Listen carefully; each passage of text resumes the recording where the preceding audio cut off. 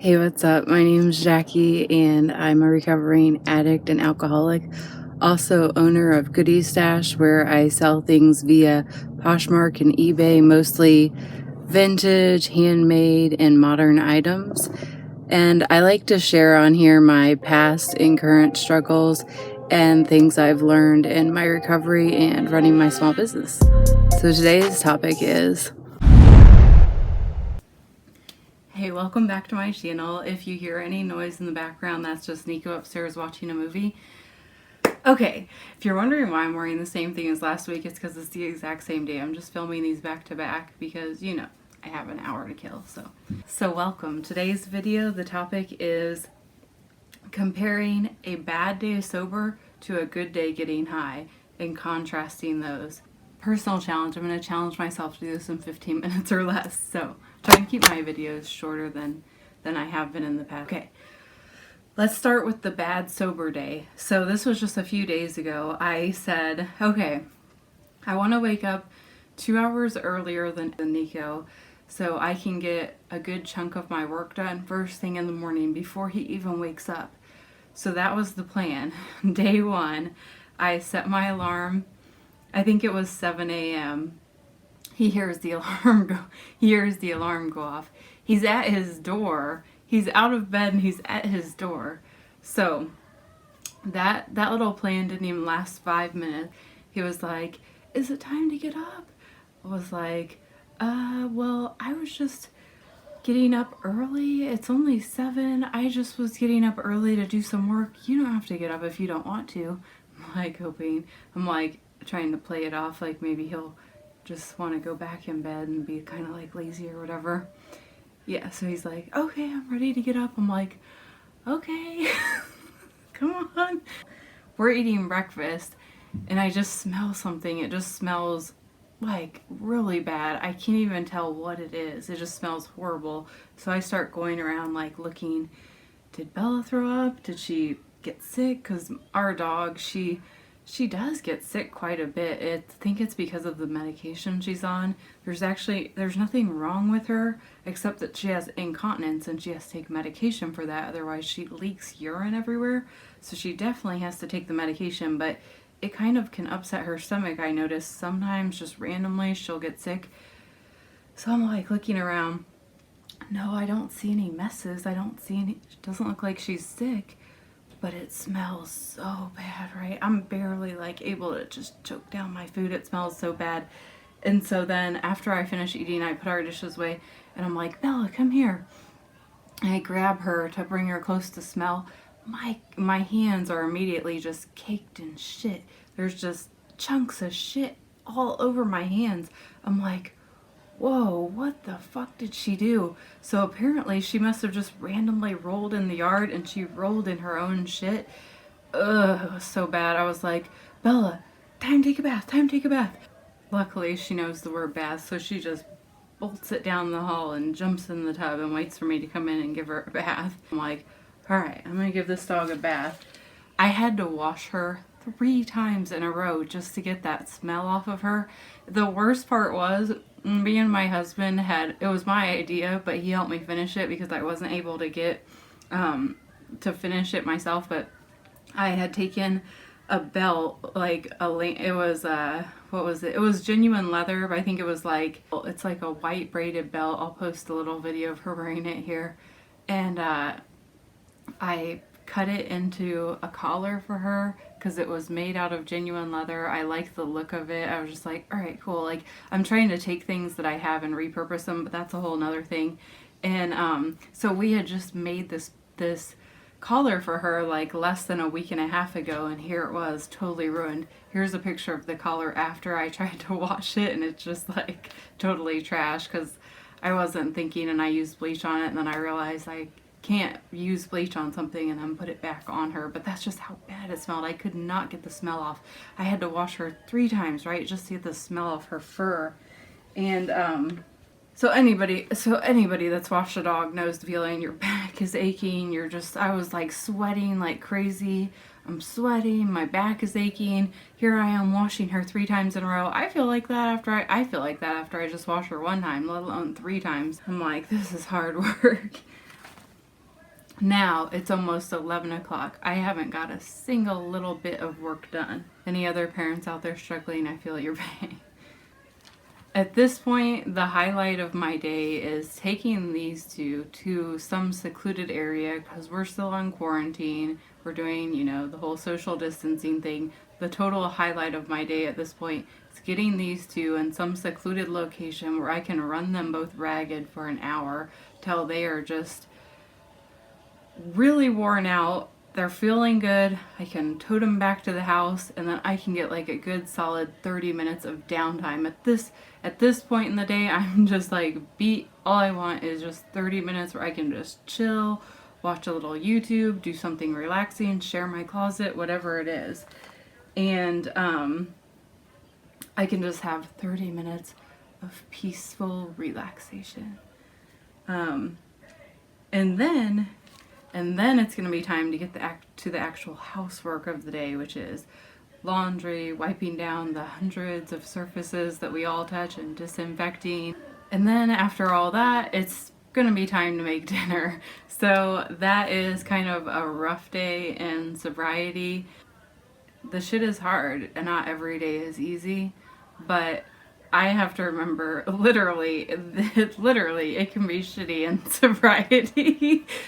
Okay, I couldn't resist. Sorry for my bad joke there. So anyway, but I have to remind myself, in my sobriety, my bad days in sobriety pale in comparison to a good day getting high. All right, let's go into a good day getting high, and please, no judgment. If you feel like you need to judge me or you need to be hateful, please don't drop those type of comments. This is the past me. I'm not making light of this. This was just the most straight up evil version of myself. Okay, apparently he likes that movie. Hang on.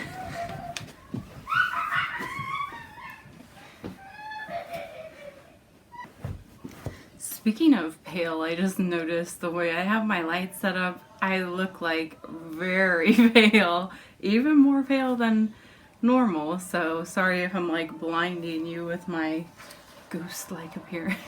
Sorry if my face is like blinding you because it's stark white. Apparently, Nico's like going hysterical up there. Oh my god, this is a disaster. Okay, let's get back on topic. Alright, so this is a good day using, which if you are a recovering addict, you can probably relate to the fact of there's better days using, like a good day, and then there's really bad days. So this is a good day using. Now let's remember, this is a good day using getting high when we're thinking of that bad day in sobriety. So this particular day, I'm walking the street, as I did a lot in my active addiction, because I used to the point where I totaled my car. I lost my driver's license.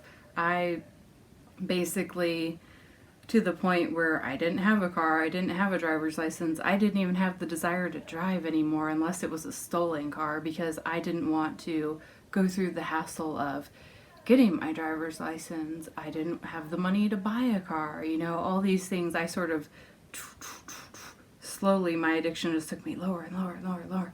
And I was to the point where I was just on the street. I walked almost everywhere. Unless I got a ride with someone. I got a lot of rides too. And I got a lot of rides with a lot of random fucking people.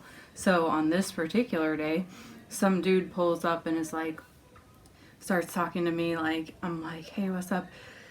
And it doesn't even occur in my mind that he thinks I'm a prostitute. So that's what he thinks. And it hasn't even registered in my mind that that's a possibility. I'm just thinking some random dude saw me walking, offers me a ride, and I'm like, oh yeah, let's go do this. So that's just like the craziness of my addiction. I got in so many random cars with people. I got high with so many random people. I met up with so many random people. It was crazy. So I get in the car with this dude, and he's like, okay, so where do you want to go? And I'm telling him this semi-secluded location. It's out in, like, not in the desert, but it's out in a kind of in the desert. Like, there's houses, but they're pretty far spaced apart. And there's one house in particular where I know somebody at, and it's within walking distance from the spot that I have him pull off on, which is kind of secluded. But before he pulls me there, I make sure we go to the store and he gets something to drink, because I'm like, he immediately, okay, when I get in the car, he is almost immediately like hinting towards wanting to do something with me. And at that point in my mind, I immediately click like, yeah, this dude wants to fuck me. So I'm like, okay, I'm in a little bit of a situation here, but I still want to use. So I convince him to go to the liquor store, grab us some drinks, and then I got a spot that we can go hang out at. I have a spot, like, really? So I don't. So I have him drive me out to, in the spot that I have him park at, there's nobody around. There's a house within walking distance, and it's not a coincidence that I know somebody within walking distance. So I'm like already planning my escape in my head. So we pull over, and he's wanting to escalate things a little bit quicker than I'm anticipating. So I sort of am like panicking, and what I do is I take the only thing I have as a weapon, which is that bottle full of liquor that I have, and I immediately start bashing him over the head with it until his head is just, his face is covered in blood, and he's hysterical. He's screaming like a fucking female. He's screaming loud, like really fucking loud. And I'm pushing him out of the car. I finally have him out of the car. Now I hop over into the driver's seat right as I'm getting ready to drive off with the car. He runs around, jumps back in the passenger seat, and he's screaming bloody murder. And I'm like, shit. I'm trying to kick him out of the passenger seat. As I'm trying to push him out of the passenger seat, a random stranger pulls up behind us. And then it's a scene, right? So he's screaming louder than ever, and he hops out of the car. No, he's still in the car. He's screaming louder than ever, and this person finally just pulls in front of us, like in front. So I'm like, then all of a sudden I switch it in my mind. I've referenced this before when I say I used to play the victim. I used to victimize myself. I used to make it like everybody was against me, and in this instance, this is a perfect example of me playing the victim. So immediately when there's that woman sitting in front of me in her SUV, and she's looking at me, and she's looking at this man screaming his fucking head off, and he's covered in blood, all of a sudden I switch it. In my head now, I'm the victim. How am I going to play this out? How am I going to make this believable? How am I going to sell this shit to this woman so she doesn't call the cops on me? I know he has cash in his pocket. He tried to buy me with it. I'm yelling to this woman, he robbed me. He took all my money. He took everything. I'm not leaving. And he's saying that I'm taking his car. And I'm like, I'll give him his car back as soon as he gives me all that money. And he's yelling, he's yelling, she's stealing my car. That's my car. She's taking my car. And I'm like, I'll give him his car. I'll get out of the car right fucking now as soon as he gives me every last bit of money that's in his pocket, because he stole everything I had. And so this woman's like the mediator, and I'm like, if he does that, I'll go right now. You take me somewhere safe. You take me away from him. I'll go right now. Please help us right now. Please help me right now. Please help me. And she buys it. She tells him, give her the money and I'll take her out of here. I'll get her away from you and you away from her. She buys it. He goes for it. You can tell he's pissed though. Pulls in his pocket, and he just like, he hands me that money, and you can tell like the look in his eyes. He's like, this isn't over. Like, this is not over. He gives me that money. I'm happy as fuck. You know, I take the money, I get in the car with the lady, and I drive down the street. So that is a good day. That is a good afternoon using. And why it's considered good? I didn't get arrested. I got high. I didn't get killed. I didn't overdose. See, the standards I had back then were so far below what the standards I have for today, and I am beyond grateful that I don't have to live that way anymore. I am also beyond grateful that I still have these memories, because in my early recovery, this shit used to kind of eat at me, and I would just be like, how could I let myself become that person, right? How could I become that evil? How could I become that hateful? How could I become that violent towards other people? And keep in mind, this was a good afternoon using. This was considered a good afternoon using. And compare that to what I just told you was a bad day sober. And you can just see the drastic differences. Like right now, at the end of the day, I'm still a proud rescue dog mom. I'm still a proud mother to my son. My business might not be successful as and yeah, my business is just in the beginning stages, but I still have my own business. I still have a job. I still am able to make donations to charities that I'm passionate about, because I'm able to generate an income for myself. I'm employed today. I have a job. I have a car. I have a house, you know, and these are external measures compared to what I had back then.